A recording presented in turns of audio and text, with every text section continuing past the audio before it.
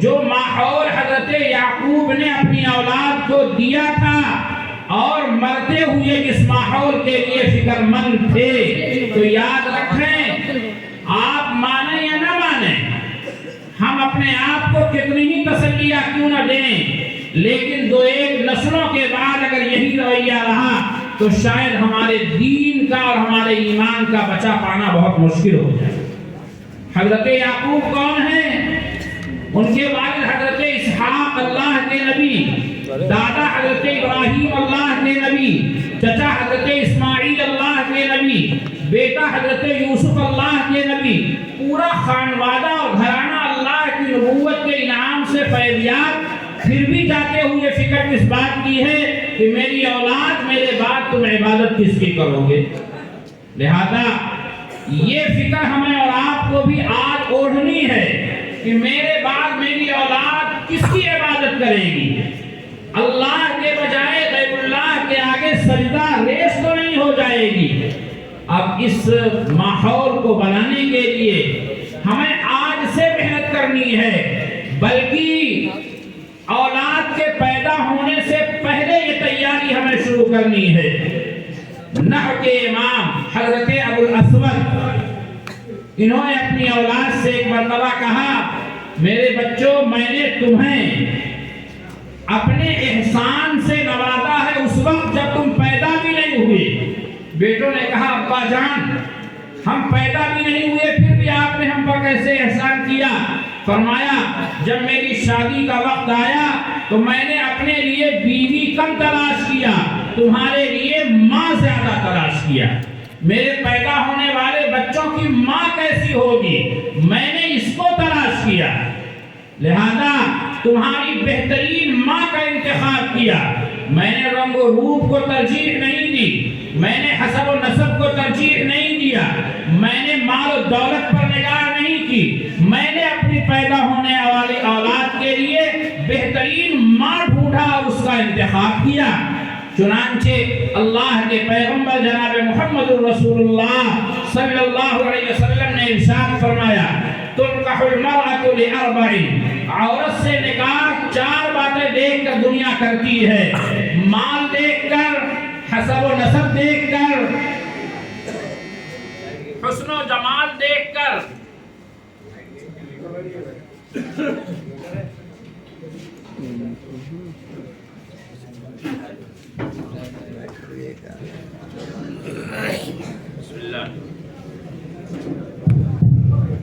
اللہم صلی علی محمد۔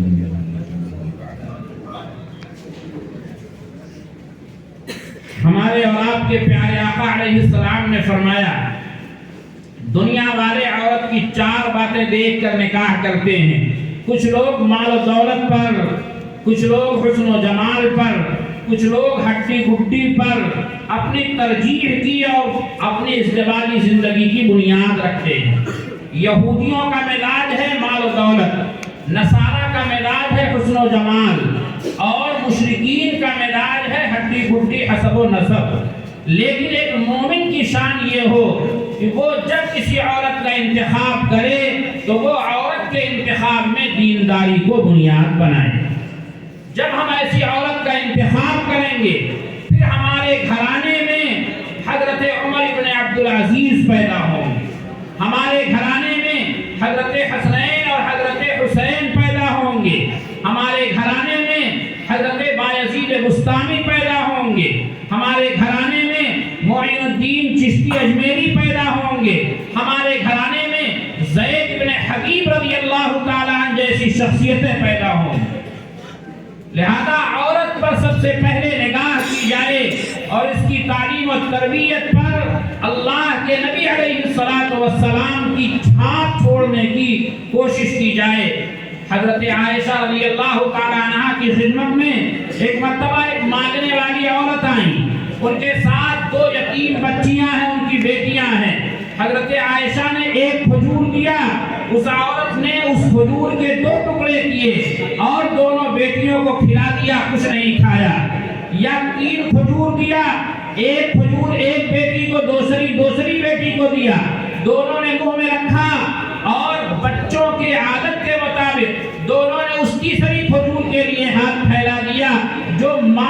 کھانے جا رہی تھی، ماں نے وہ کھجور اپنے منہ سے باہر کیا، 2 ٹکڑے کیا اور ایک ٹکڑا ایک بیٹی کو دوسری بیٹی کو دیا، خود کھجور نہیں کھایا۔ یہ چیز حضرت عائشہ کے دل کو لگی۔ اللہ کے پیغمبر علیہ السلام تشریف لائے تو ان سے عرض کیا، یا رسول اللہ، آج یہ منظر میری آنکھوں نے دیکھا ہے۔ حضرت عائشہ کو تعجب کیوں ہوا؟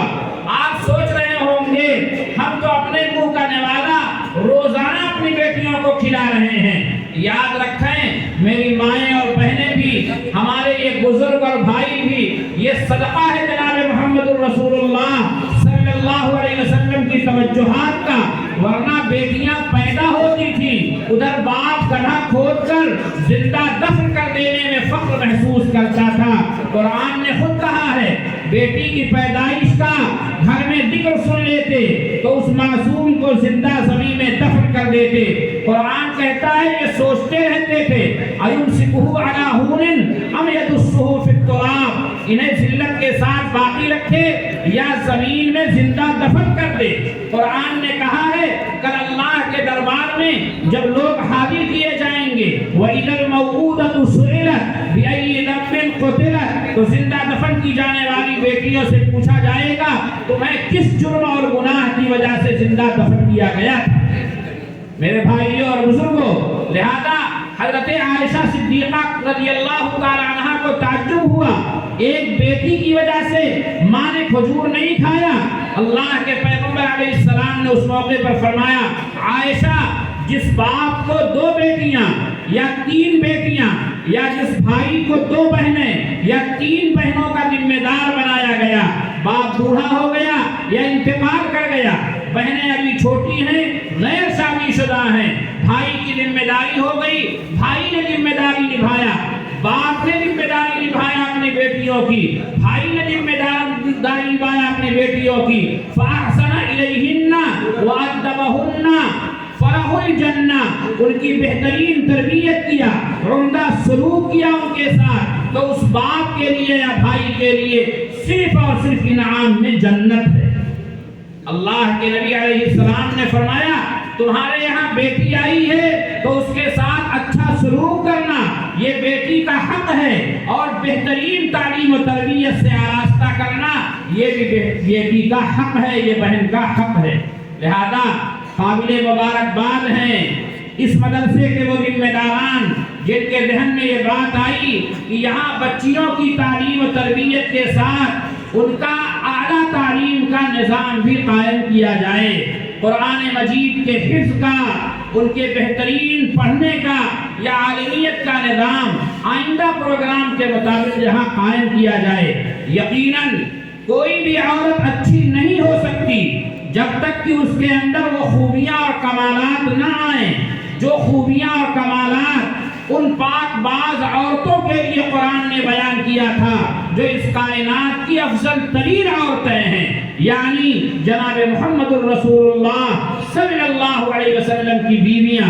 قرآن کہتا ہے، یا نساء النبی لستن کاحد من النساء ان اتقیتن فلا تخضعن بالقول فيطمع الذي في قلبه مرض وقلن قولا معروفا وقرن في بيوتكن ولا تبرجن تبرج الجاهلية الأولى وأقمن الصلاة وآتين الزكاة وأطعن الله ورسوله إنما يريد الله ليذهب عنكم الرجس أهل البيت ويطهركم تطهيرا واذكرن ما يتلى في بيوتكن من آيات الله والحكمة إن الله كان لطيفا خبيرا۔ یہ قرآن کا بیان ہے۔ اے عائشہ، اے زینب، اے صفیہ، اے زینب بنت جحش، اے زینب بنت خزیمہ، اے اللہ کے پیغمبر کی بیوی میمونہ، اے اللہ کے نبی علیہ السلام کی زوجیت میں اور ماتحتی میں رہنے والی حضرت جویریہ اور ماریہ قبطیہ، یہ تم اس کائنات کی افضل ترین عورتیں ہو، لیکن یاد رکھو صرف اس بنیاد پر فضیلت نہیں ملے گی کہ تم نبی کی بیوی ہو، اس بنیاد پر فضیلت نہیں ملے گی تم نبی کی بیوی ہو، بلکہ اللہ کہتے ہیں ان اتقیتن، اگر تمہارے اندر تقوی ہوگا،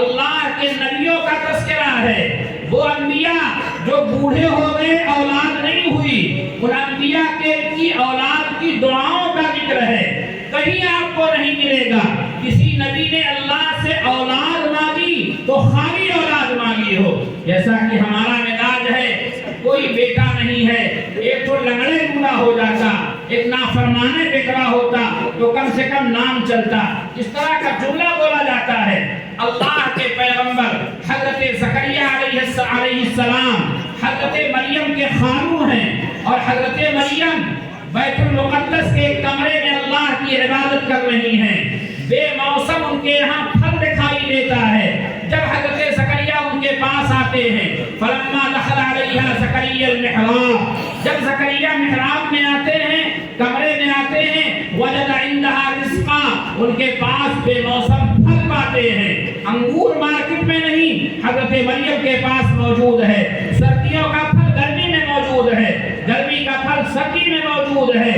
تو اسی موقع پر حضرت زکریا کے دل میں خیال آیا، میں بوڑھا ہو گیا، میری عورت باج ہو گئی، اولاد پیدا کرنے کی صلاحیت نہ میرے اندر ہے، نہ سبب کے درجے میں میری بیوی کے اندر ہے، لیکن قرآن کہتا ہے حضرت زکریا کے دل میں وہی بات آئی کہ بے موسم جو رب پھل دے سکتا ہے وہ زکریا کو بے موسم اولاد بھی دے سکتا ہے۔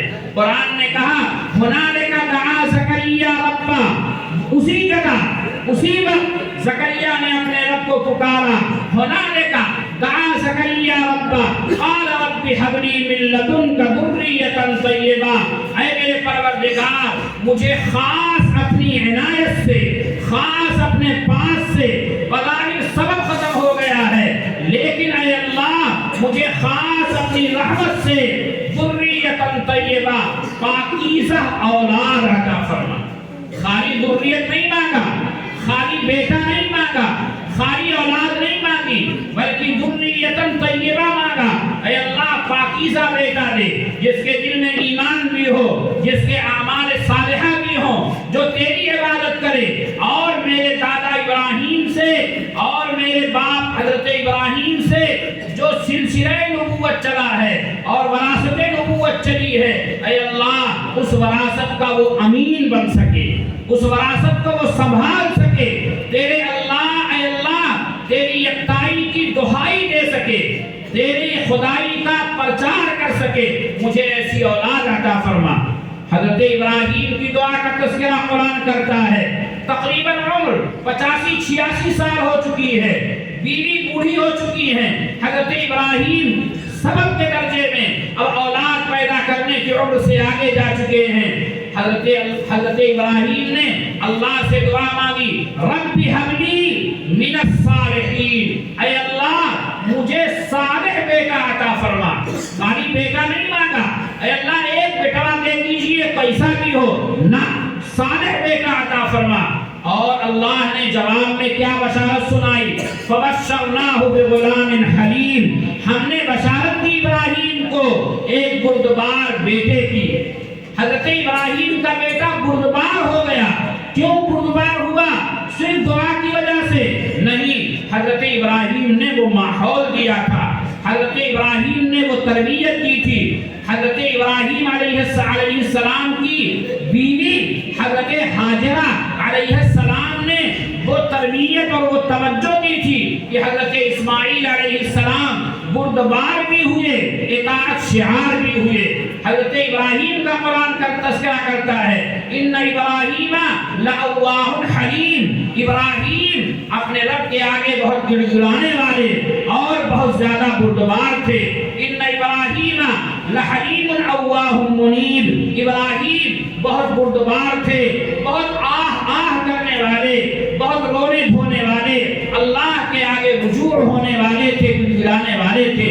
تو ان کا بیٹا اسماعیل بنا۔ حضرت ہاجرہ نے تربیت فرمائی، ایسی تربیت کہ جب مکہ کی بے آب و گیا وادی میں حضرت ابراہیم چھوڑ کر جانے لگے تو حضرت ابراہیم سے پوچھا، سرکار کہاں چلے؟ یہاں تو کوئی مکان نہیں، کھانے کے لیے کوئی دانہ نہیں، پینے کے لیے کچھ پانی نہیں، یہ جو آپ نے کچھ کھجوریں رکھی ہیں، آپ نے جو چند مسیلے پانی ڈالے ہیں، یہ تو ختم ہو جائے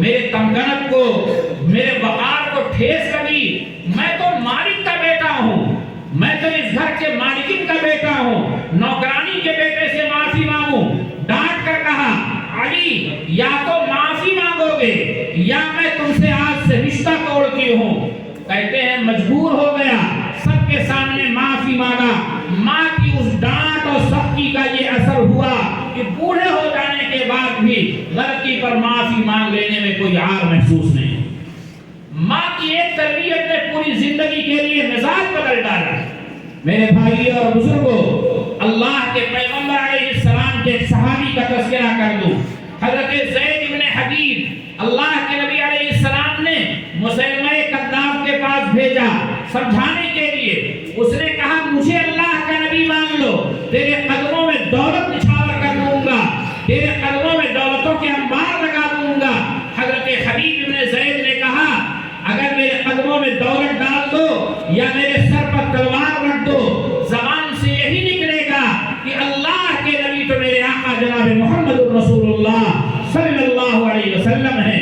یہی بات شیخ سعدی شیرازی نے ایک مومن کے سلسلے میں کہا ہے، موحد چے در پائے ریزی زرش، چے شمشیر ہندی نہیں برسرش، امید و حراسش نباست کس، ہمیں است بنیاد توحید و بس۔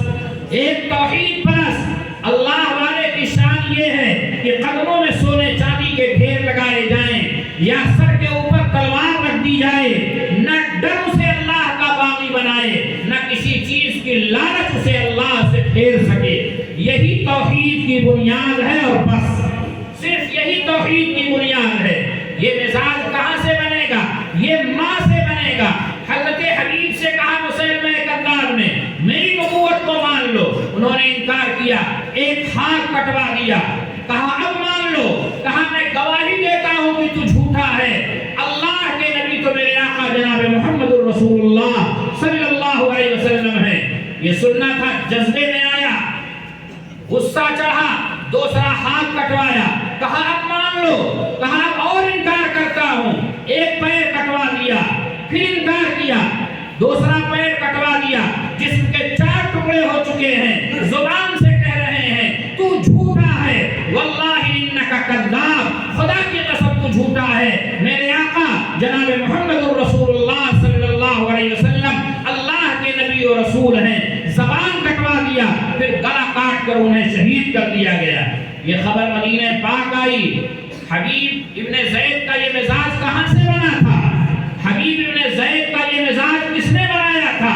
وہ ایک بوڑھی ماں کی اکلوتی اولاد تھے، ماں کے بڑھاپے کا سہارا تھے، ماں کے بڑھاپے کی لاٹھی تھے۔ ماں، وہ ماں جس کا شوہر دنیا سے جا چکا تھا، جس کا سہاگ دنیا میں نہیں تھا، کوئی اور اولاد سہارا دینے والی نہیں تھی۔ ذرا میں نے واقعہ بیان کیا، آپ نے سن لیا، نہ مجھ پر کوئی اثر ہوا نہ آپ نے کچھ سوچا۔ ذرا دل پہ ہاتھ رکھ کے بتائیں، ہمارے پاس 2 4 10 اولادیں ہوں، ایک بیٹا اس طرح شہید کر دیا جائے، ہم اور آپ غم کے ماحول سے شاید مہینوں اوپر نہیں نکل پاتے۔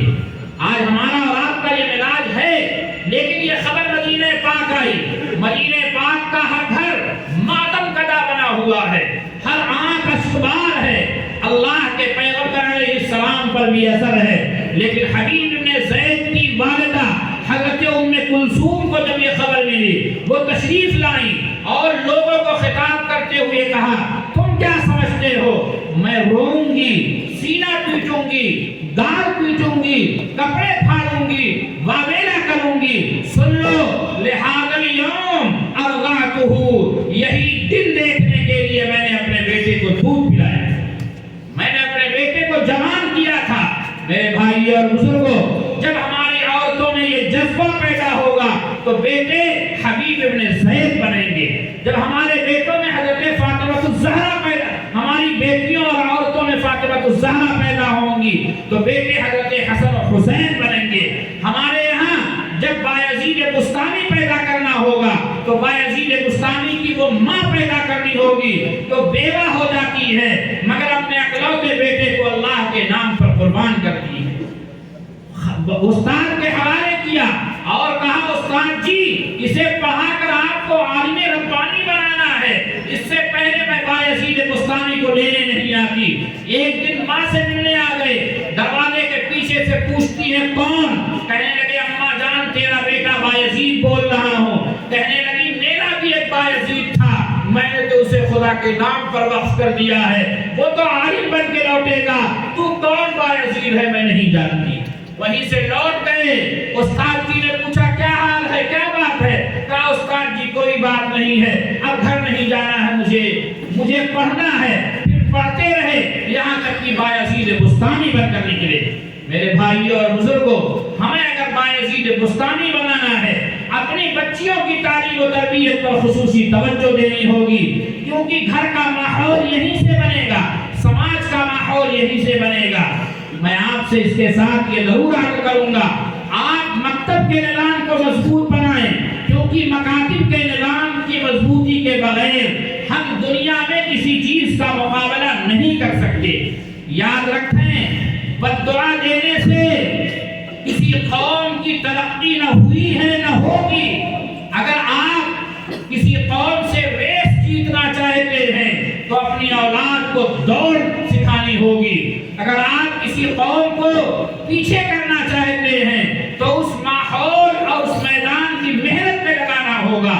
لہذا مجھے یہ بات کہنے دیجئے, آج اگر دنیا والوں نے ترقی کی ہے, یورپ کے وہ علاقے جنہیں ہم تعلیم زدہ علاقے کہا کرتے تھے, جو علم و تمدن سے بیگانہ علاقے تھے, آج انہوں نے ستاروں پر کمندیں ڈالی ہیں, آج انہوں نے سورج کی شعاعوں کو مسخر کیا ہے. تو بنیاد یہ ہے, انہوں نے علم کے میدان میں, تعلیم کے میدان میں محنت کی ہے, لہذا وہ آسمان کے ستاروں پر کمندیں ڈال رہے ہیں. فرق یہ ہے کہ انہوں نے مادیات پر محنت کی, تعلیم کو مادے کے حصول کا ذریعہ بنایا, مادیت نے ترقی کی, روحانیت سے خالی ہو گئے. نتیجہ یہ ہوا کہ آج خودکشیاں بھی سب سے زیادہ یورپ میں ہو رہی ہیں. ہمیں اور آپ کو آگے بڑھنا ہے, دنیا کے زمانے اقتدار کی لگام کو اپنے ہاتھ میں لینا ہے, تو ہمیں تعلیم کو اپنی سواری بنانا ہوگا. تعلیم کو ہمیں اور آپ کو اپنے لیے ترجیحی بنیاد میں شامل کرنا ہوگا. علم اور تعلیم سے کبھی سمجھوتا نہیں کرنا ہے. اللہ کے پیغمبر جناب محمد الرسول اللہ صلی اللہ علیہ وسلم امیین, ناخواندہ لوگوں میں بھیجے گئے. هو الذی بعث فی الامیین, وہ رسول ہیں جنہیں اللہ نے مبعوث فرمایا ناخواندہ لوگوں میں, بے پڑھے لوگوں میں. لیکن جب ان کی تربیت کے لیے اللہ کے نبی کو معمول کیا گیا, پابند بنایا گیا, تو قرآن مجید کے 69,000 الفاظ میں سب سے پہلا لفظ اقرا کا انتخاب ہوا. پڑھیے آپ اس رب کے نام سے جس نے آپ کو پیدا کیا. لہذا تعلیم میں ہمیں آگے بڑھنا ہے, مگر تعلیم وہ چاہیے جس تعلیم کے ساتھ خدا کا تصور ہو, تعلیم وہ چاہیے جس تعلیم کے ساتھ اللہ کے سامنے جواب دہی کا احساس ہو. لہذا مکتب کی تعلیم کو آپ مضبوط کریں. ہمارے بچے بہترین ناظرہ بھی پڑھتے ہوں, ہمارے بچے بہترین انگلش بھی پڑھتے ہوں, ہمارے بچوں کا میتھ بھی بہترین ہو, ہمارے بچے جغرافیہ میں, ہمارے بچے ہسٹری میں, ہمارے بچے دیگر علوم میں آگے بڑھ رہے ہوں. یہاں سے پڑھنے والا بچہ اگر حافظ عالم بنے تو وہ بھی اعلیٰ درجے کا ہو, ڈاکٹر انجینئر بنے, پائلٹ بنے, وہ بہترین عہدوں پر پہنچ کر سماج میں امن و سکون قائم کرنے کے لیے ڈی ایم ایس پی بنے, تو وہ اس کے سامنے وہ اس مزاج کا ہو کہ اس کے سامنے آخرت کی جواب دہی کا احساس ہو. کیونکہ اللہ نے اپنے نبی کو پڑھنے کا آرڈر دیا ہے, اقرأ بسم ربک الذی خلق, تو ساتھ میں یہ بھی حکم دیا ہے اس رب کا نام لے کر پڑھیے جس رب نے آپ کو اور کائنات کو پیدا کیا ہے. لہذا ہمارا بچہ یہاں انگلش بھی پڑھے گا, ہمارا بچہ یہاں میتھ بھی پڑھے گا, ہمارا بچہ یہاں انجینئرنگ کی تعلیم کے لائق بھی بنے گا, ہمارا بچہ یہاں ڈاکٹر کی تعلیم کے لائق بھی بنے گا, ڈی ایم ایس پی اور آئی ایس کے امتحانات کی تیاری بھی کر سکے گا. ان تمام علوم کو فراہم کیا جائے گا, مگر اس جذبے کے ساتھ کہ میرے بیٹو تم پڑھ رہے ہو, یاد رکھنا جو کچھ تمہارے پاس ہے یہ اللہ کا دیا ہوا ہے, اور کل خدا کے یہاں تمہیں جواب